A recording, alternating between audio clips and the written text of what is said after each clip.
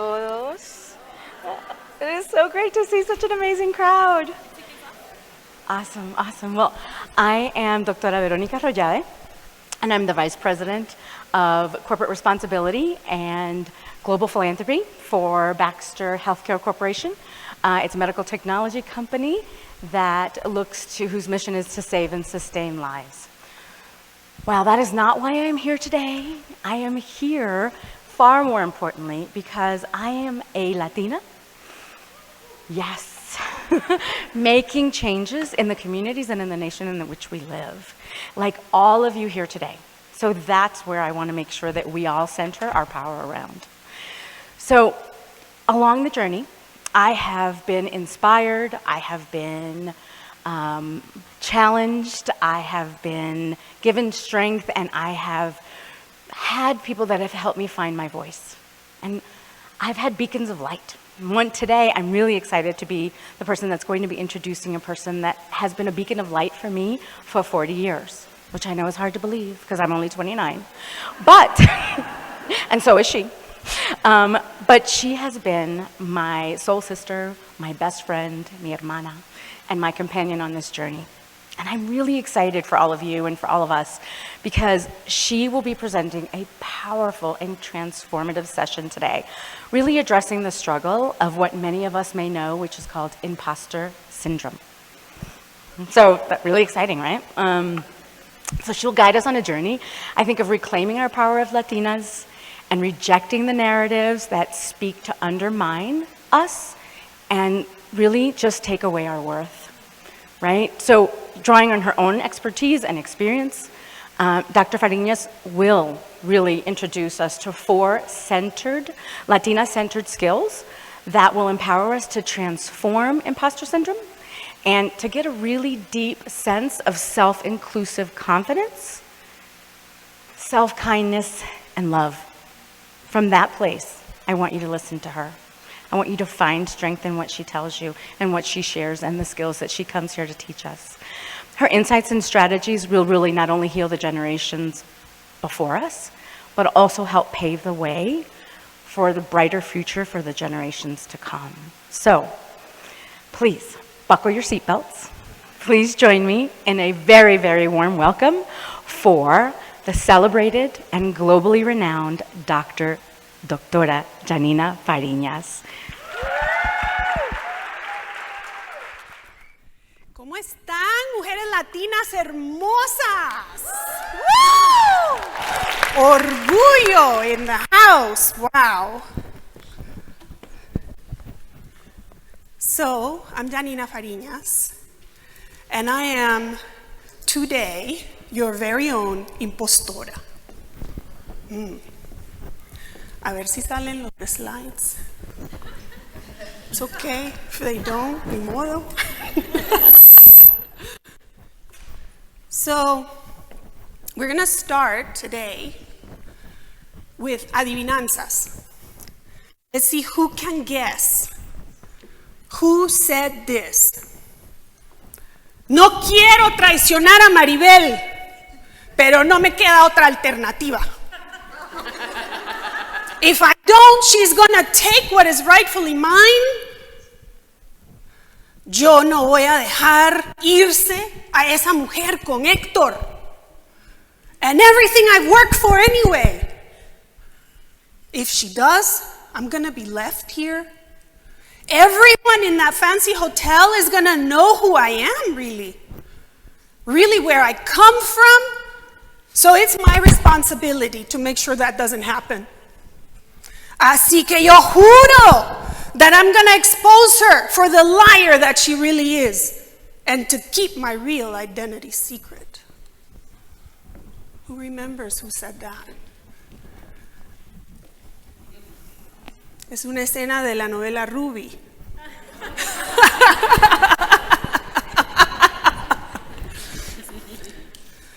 So, telenovelas. Thank you. Go ahead. Thank you. So we're going to start at the beginning, which is with the origin story of how we got here. How I got to be, today, your official Impostora del día.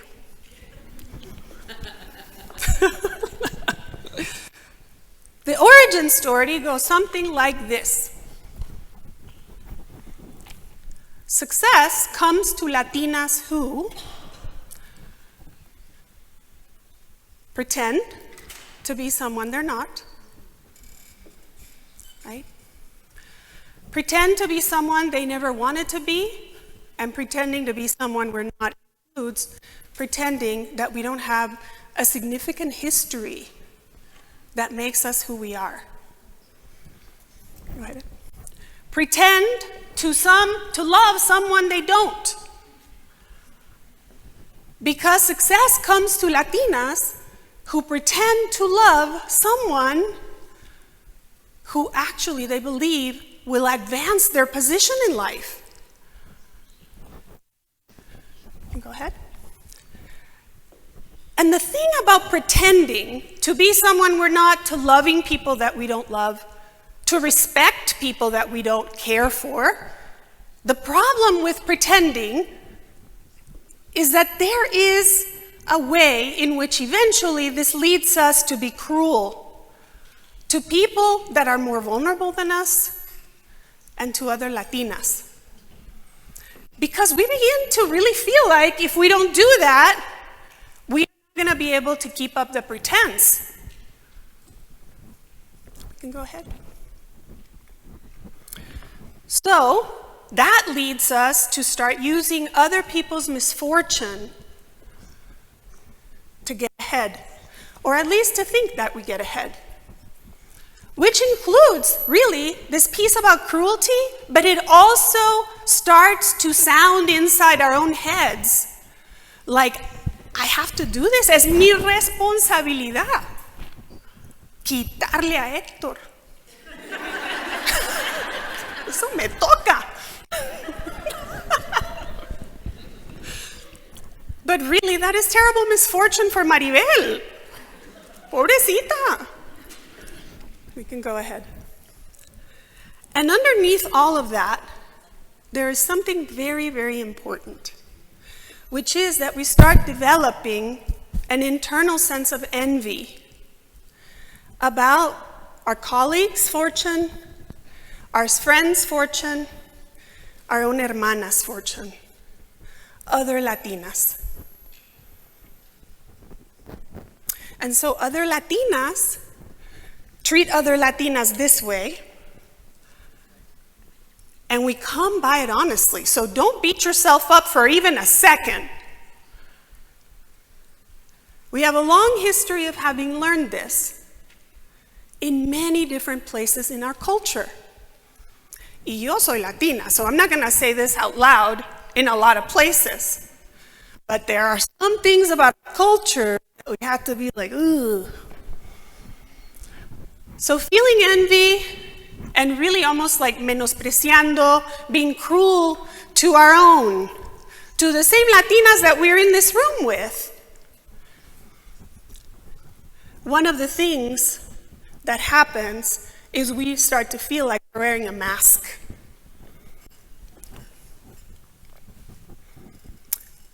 But there's something rather sad about this. One of the saddest things about this is how we feel deep, deep down inside. We feel like I'm not as good as they are. We also feel like I need to work harder, look better, do more, and do it perfectly. Because remember that pretending part? It gets harder to do it. As we go, we start to get tired of it. And so we think, I don't have what they have, or I don't have what it takes, porque ando chambeando de noche, and nobody sees me. And then the ultimate one, we're going to spend a little bit of time here, I don't belong. It turns out that belonging is very much a personal experience. Sometimes we want to blame it on others, Sometimes we want to say that belonging comes from the outside, or we believe that it does. But I want us to differentiate between belonging and feeling welcomed.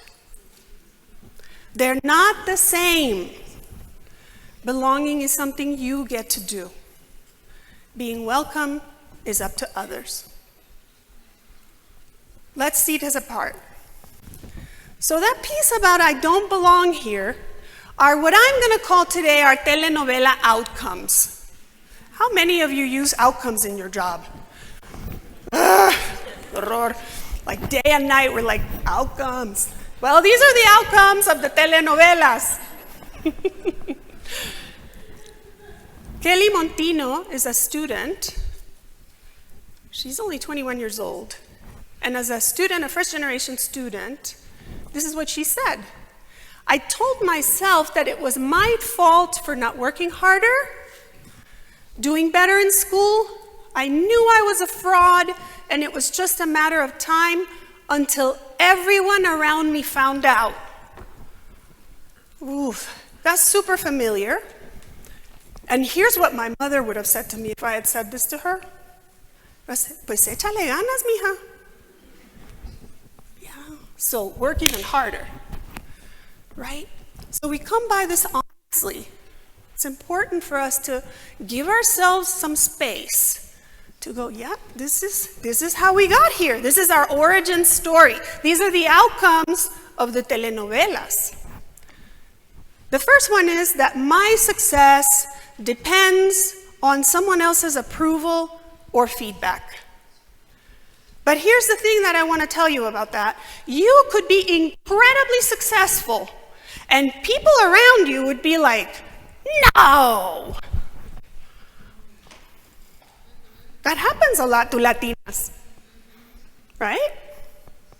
The other outcome is my sense of belonging depends on whether or not they invite me or they welcome me. Well, I want to tell you, that's definitely a story in our heads. It turns out we have all the research we need to know that our sense of belonging does not come from the outside. And then the third one is my happiness depends on how or if they see me. So this gives a lot of power to the outcomes. And it also gives a lot of power to what we refer to as the imposter syndrome. So this is part 2, the real story. Hola. That was the origin story. And now let's talk about the real story. Go ahead. Real story is that we seem to have a lot of difficulty showing la impostora some love. Now, in psychology, I'm a psychologist. I really care about these things. I care about how humans behave. I particularly care about how Latinas make sense of their world. So one of the things that happens when we don't show la impostora some love is, remember all the pretend and kind of the snaky behaviors and the gossip and the backstabbing, right? One of the things that happens is that it becomes what we refer to in psychology as internalized. We literally walk around thinking it's true, thinking about it as true, feeling it's true, and believing the entire story that goes along with it. So, when we eat, drink, smell, wash our hair with la impostora, that's when we refer to that as a syndrome. In psychology, we use that word a lot. So eventually it doesn't mean anything, but I want to tell you what it actually means. What it actually means is there's a series of personal experiences that go along with it that we don't often understand. We don't understand the origin story, and we don't understand why it leads us to feel so crappy. And so it repeats itself. For good reason, it repeats itself. It repeats itself because we're trying to solve it. We're trying to work it out, but we don't know why. Well, I want to tell you a part of why today. A part of why is because we don't know the real story. You need to know the real story of what's going on with you so you can figure it out, so you can make some decisions. So, IP, which is also imposter phenomenon, it's also called imposter syndrome. It's also called fraud syndrome and impostorism, impostorismo en español, and it's also called perceived fraudulence. So we perceive that we're a fraud. And one of the main things that goes along with this syndrome, with this phenomenon, and I think I kind of like phenomenon better, is that we feel like a fake. And we feel like somebody's going to find out. Somebody's going to discover us. Ever felt that way? Oh, sí, dice que sí. Yes. So, the thing about imposter syndrome that is important to understand, there are a lot of words on the slide. Let's go through them. Social, meaning it impacts my relationships with others. It's emotional. It means it dictates how I feel. And it's behavioral. I act on it. So 3 things, right? It's social. It impacts my relationships. It's emotional. I feel it. Therefore, it must be true. And it's behavioral. I act on it. What does this look like? Well, it looks like self-doubt. Like, is it okay for me to be doing this? Is it okay for me to be up here in this stage? Do I have a right to be here to share this with you right now? A few hours ago, I wasn't sure. Now I'm okay. A general feeling of inadequacy. So like we kind of feel like we're not really adequate. That belonging piece really kicks in. I don't belong here. What do some of us do? We leave. I don't belong here, I need to go. Sometimes that's good. Sometimes not so much. And then we fear being exposed as a fraud. So we fear somebody's going to find us out. And if they do, hijuela, it's not going to be good. Not good. Whatever. I don't know what our idea is of what's right? But something goes on for us. So persons who experience imposter phenomenon have a lot of difficulty accepting their success.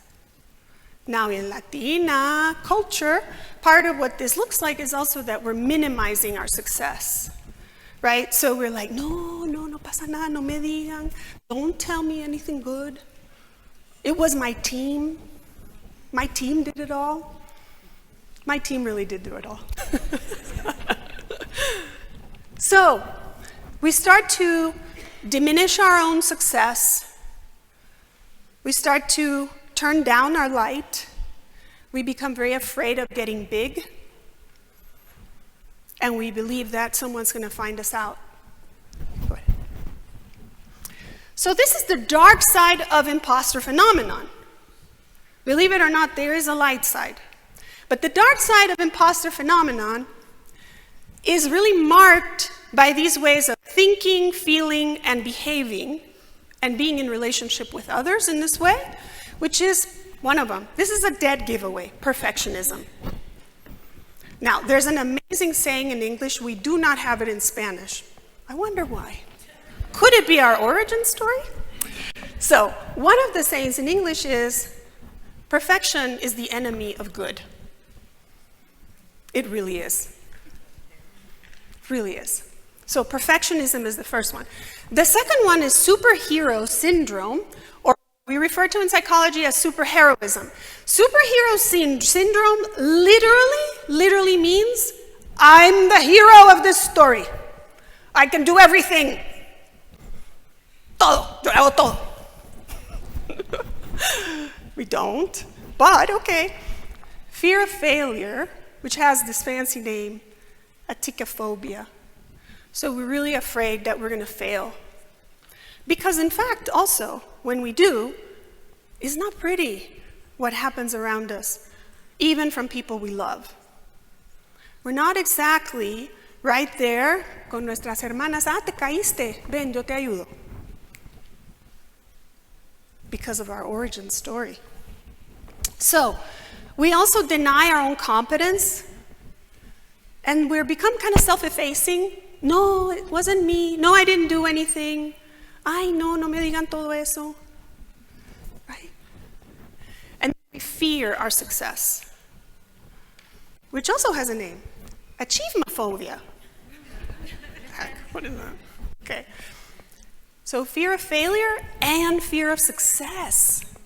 What a setup. Yeah, right? And being exposed as a fraud. This is what imposter phenomenon looks like. How many impostoras are really here? Yeah. That's okay. I'm going to give you some other information. That's going to help. We can go ahead. So, there's also more to consider when we're Latinas.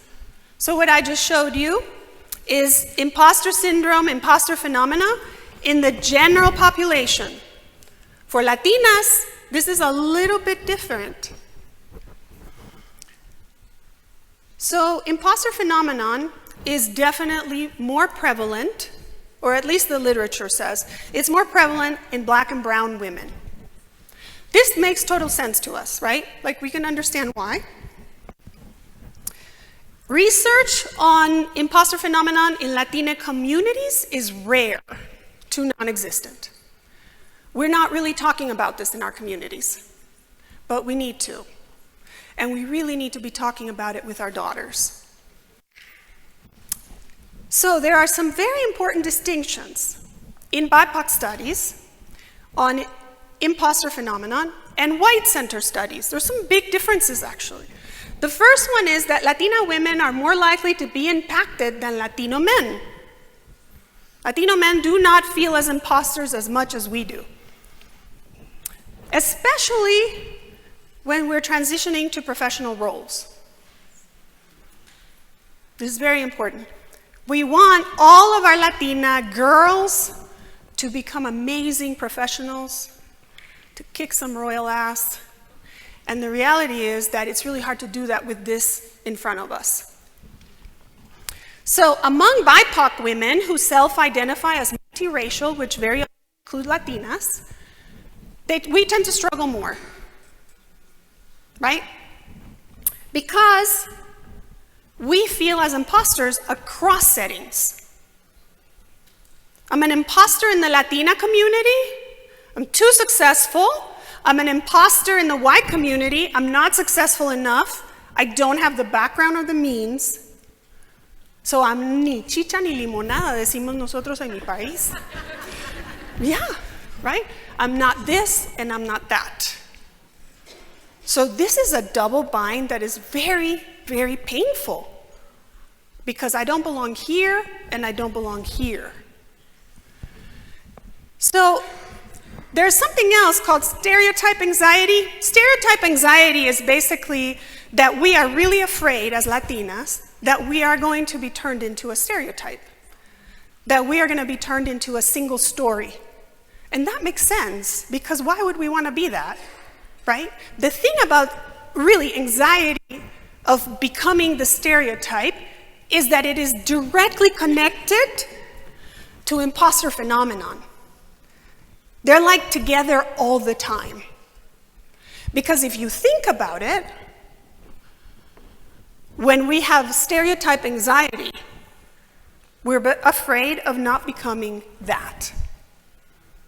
And here's the thing about stereotypes. I'm going to say this slowly. Stereotypes are true. So what's the problem? They're not complete. They only tell one part of your story, one part of my story. So it's different to say, I don't want to be the stereotype, than to say, that's not all I am. Then we're not rejecting parts of ourselves. The other thing is that Latinas who are raised being compared to others in their families, we don't do so well. We've got major imposter phenomenon. Because we grew up with that. It became internalized. It's part of us now. And then there's one other piece, which is, and this is where the good news lies, that we're finally recognizing, and this is very recent, racial imposter syndrome, which highlights the significant differences of the lived experiences of Black and brown women and the experiences of white women who feel imposter syndrome. So is it the same? Are we talking about the same thing here? This is part 3. Now you know the real story. This is the hidden story.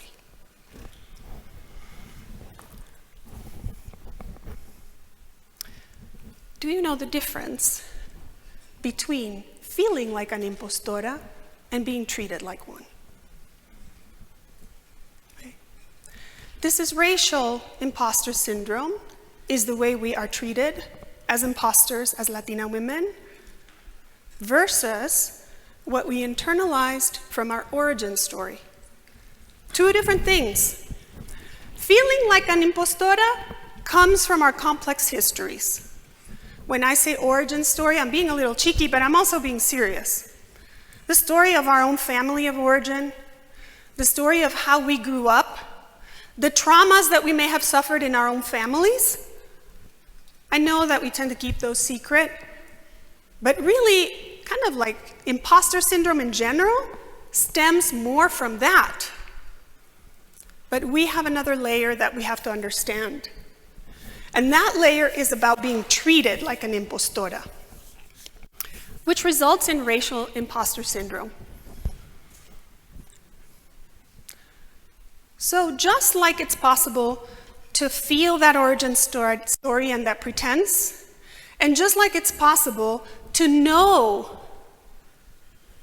sometimes really deeply within ourselves, that we are the imposter, there is a way to also feel and know the difference between these.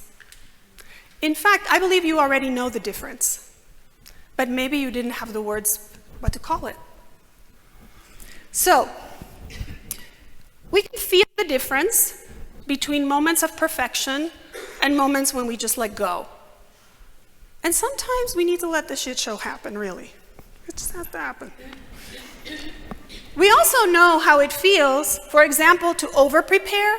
You know, I had to prepare for this talk, and I told my best friend Vero, I said, I better not over-prepare because then I'll start overthinking everything and my perfectionist will kick in and I'll surely screw the whole thing up. So we know what this feels like. Interestingly enough, remember that double bind? Here it is again. We are afraid and can over-prepare, or we are afraid and we procrastinate, not actually getting anything done. Then we're stuck in the middle between those two. So there's that double bind again. I'm not this, I'm not that. I don't belong here, I don't belong here. That is how we feel. The rest of this is what we know. What do we know? So we know what it's like for somebody in our lives to be dissatisfied with good and to tell us that our good is not good enough. We know what that's like. We also know what it's like for people to devalue our contributions, even though we know they're good. That regardless of where we go and what we do, we feel like, wait, what just happened? I feel like crap. I was feeling pretty good. And something just happened in this meeting, and I feel really like this is not good enough now. We know what that's like. We also know about emotional colorism that accuses you of being not enough of something. Here's the part that's super important to guard against, though. That we might tell each other, you're not Latina enough. Because that just feeds into our origin story, right? I am no one to say that to any other Latina. I do not get to do that. Because it plays into colorism. And you're not enough, what? Not enough professional, not enough educated. We could fill that in with lots of words.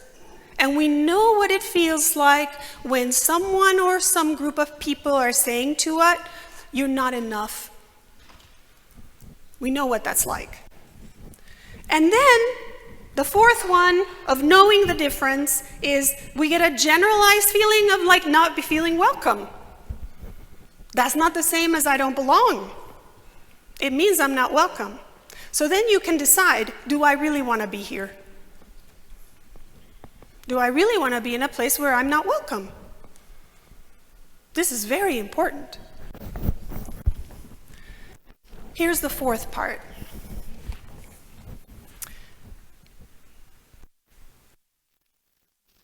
I love this word. There is a way, and we know this now, even though it's a very small movement inside of our BIPOC cultures, of course led by women, of course. There is a small movement to say, is it imposter syndrome if it has this added layer, right, of the racial imposter, which is the difference between how I grew up, what I swallowed whole and internalized in my life, and what I am being told by the world. It's two very different things. So, this says, and just like that, in the presence of hermanas, she went from being an imposter to being an infiltrator. I want to tell you that that is what you have done.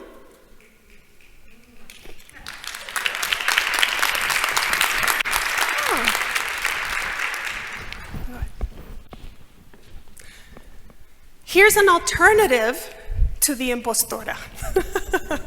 We need more than one. And so if you think of any, throw them out. The infiltradora is a Latina double agent capable of filtering both feelings of imposter phenomenon and recognizing racialized imposter syndrome as acts of self-care because they serve her as she reclaims what W.B. Du Bois called double consciousness. You get a superpower, double consciousness, to which she is entitled, because she really already has it. She grew up learning it. Having renounced la impostora, la infiltradora is intentional, deliberate, in embodying the dignity and sovereignty of her sheer chingoneria.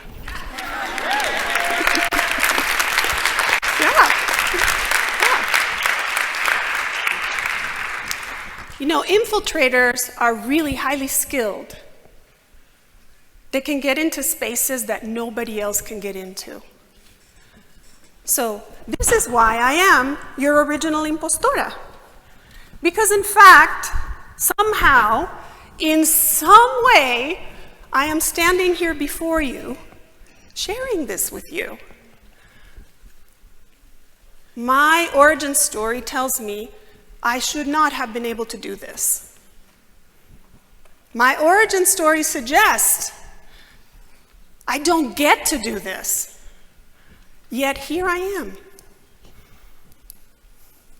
And if you ask me, why are you here? I will tell you, because you invited me. So, how do we as Latinas center the infiltradora instead of the impostora? I mean, I can't let you leave here with no tricks up your sleeves. Very important. So, the very first thing, this is really important, is that we have to acknowledge la impostora and her journey, right? We have to give her some credit for getting us to where we are. So who would like to say something right now let's inspire each other? What would you say to your impostora? Yes. No le quites a Héctor.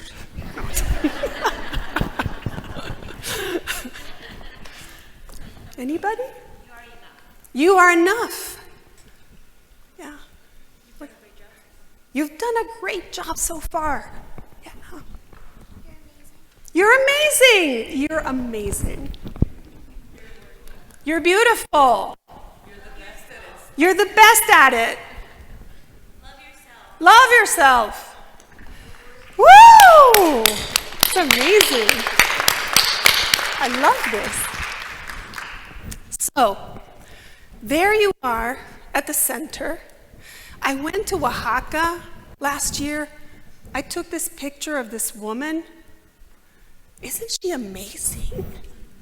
She's she could infiltrate anything. Your photography skills right? too. Well, iPhones are good these days. So, we're going to start from this side, go around. So centering the infiltradora requires some intention on our part. The first thing is we commit to heal our past. This is very important. We do have an origin story. Mine did include telenovelas.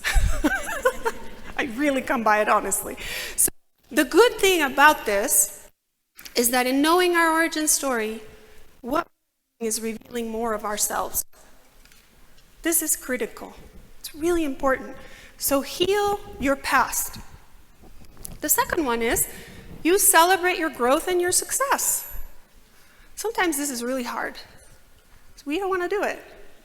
But it is in the interest of becoming better infiltrators that we should celebrate ourselves and each other.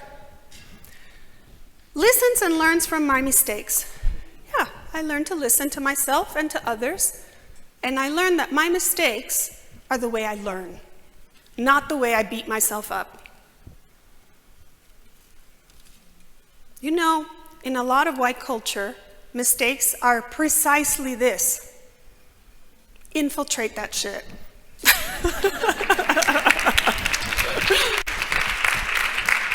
So, you self-reflect on your own development. That means you kind of do a map of your life, and you get to see all the ways you've grown, and all the ways you've succeeded, and all the ways that you've done things that are totally infiltrator quality. This is really huge, because one of the things that is so important about self-reflecting on your development is you're going to see how your origin story that you thought was scary and a ghost is your best, your very best conspirator. People say ally. I like conspirator. It's better. Yeah. Then you celebrate all Latina successes. Really, if every one of you in this room does not succeed, I don't succeed either. That's a fact. We are dependent on each other. Let's celebrate all Latina successes. And then cultivating empathy and compassion means cultivating empathy and compassion for myself first. So, very often, when we're really stuck in imposter phenomenon, one of the things that we fear and hear is an internal voice that criticizes us all the time. And the voice tells us just how awful we are. And it also tells us how we should be really hard on ourselves and we should be like, échale ganas. But actually, I'm inviting you to something very different here. I'm inviting you to consider that that voice is one that you don't need anymore. Doesn't mean we beat it up. It just means we kind of go, shh, it's okay. There's another way of thinking about myself, another way of imagining myself, a different way of infiltrating. The second to last one on that side is rest. Resting is essential. We definitely live in a culture where women are not rewarded to rest, but we need to rest. Sleep and rest and recover. And the last one is enjoy moments of awe. So, you can go ahead. Thank you. I want to spend some time on that one for a moment because I think all the others, you know, maybe they could be a workshop by themselves, but actually, we get them. Moments of awe is really hard for us to understand, and yet, most research connected to healing imposter phenomenon has to do with moments of awe. It's essential. What does it mean to have moments of awe?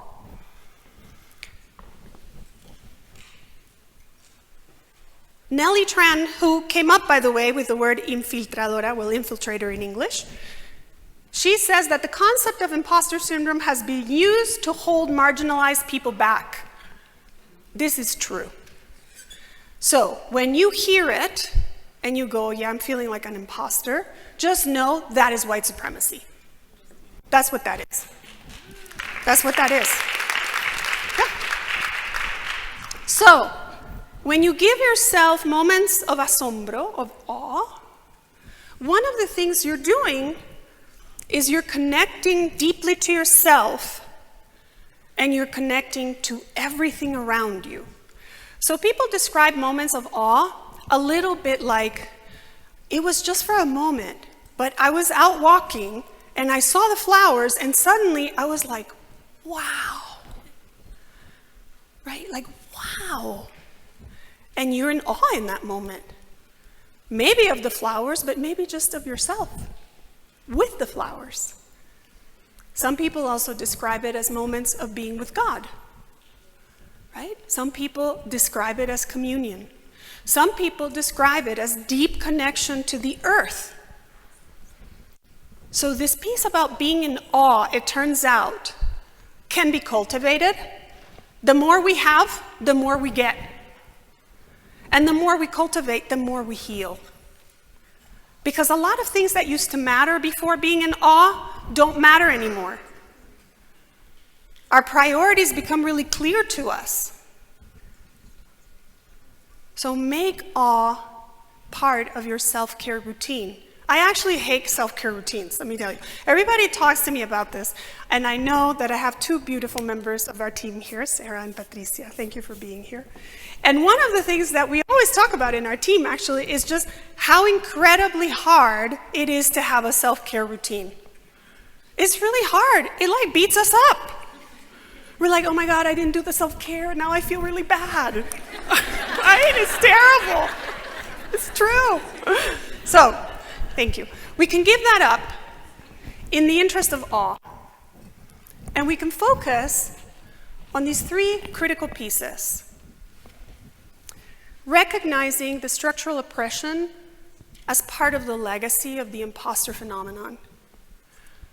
The lies that go with it. The difference between my origin story, which I can be incredibly proud of actually, and the story that I am told by the world outside. Knowing the difference between those two.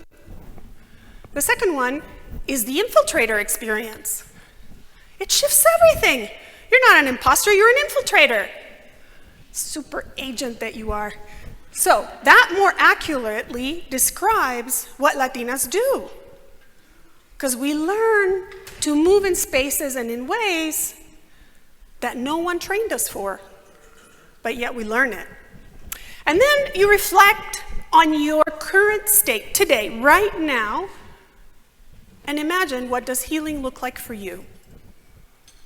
It is going to be different for you than for me, than for her. It's going to be different. That's good. That is a good thing. There's no formula for this, and no self-care routine will get you there. But this is possible. Go ahead. Go ahead. Thank you. Dolores Huerta said, we as women should shine a light on our accomplishments and not feel egotistical when we do. I would add, and feel diminished when we do. It's a way to let the world know that we as women can accomplish great things. And I would say that we have accomplished great things. Thank you, gracias. Thank you so much for having me today. It has been a joy.